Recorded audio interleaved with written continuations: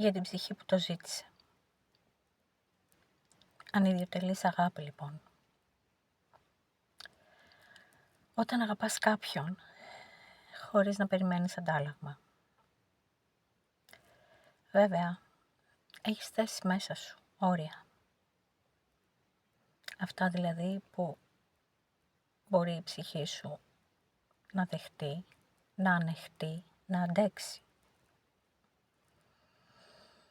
Αν και εφόσον ξεπεραστούν αυτά τα όρια, τότε δεν μπορείς να βρίσκεσαι σε μία σχέση που δεν υπάρχει σεβασμός, εμπιστοσύνη, κατανόηση, αγάπη. Γιατί τότε σίγουρα δεν είναι ιδιωτελής. Δίνεις και άλλος παίρνει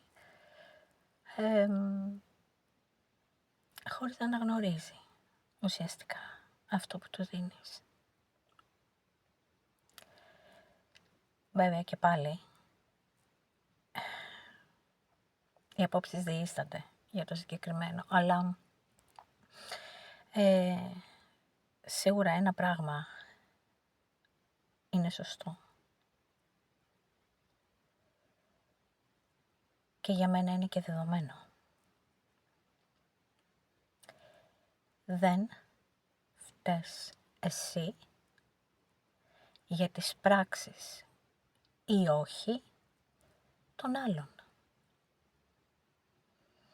Υπεύθυνοι είναι εκείνοι για ό,τι κάνουν ή δεν κάνουν. Για ό,τι λένε ή δεν λένε. Δεν είσαι υπεύθυνη εσύ ή υπεύθυνος για το πώς θα σου φερθεί ο άλλος. Εσύ είσαι εντάξει με τον εαυτό σου και το ξέρεις πολύ καλά ότι είσαι. Όταν λοιπόν ξεπεραστούν τα όρια,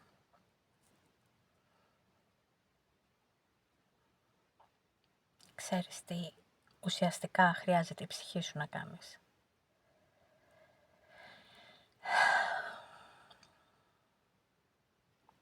Εύχομαι να βοήθησα.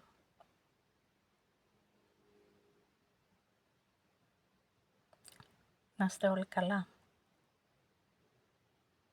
Σας εύχομαι ένα καλό βράδυ.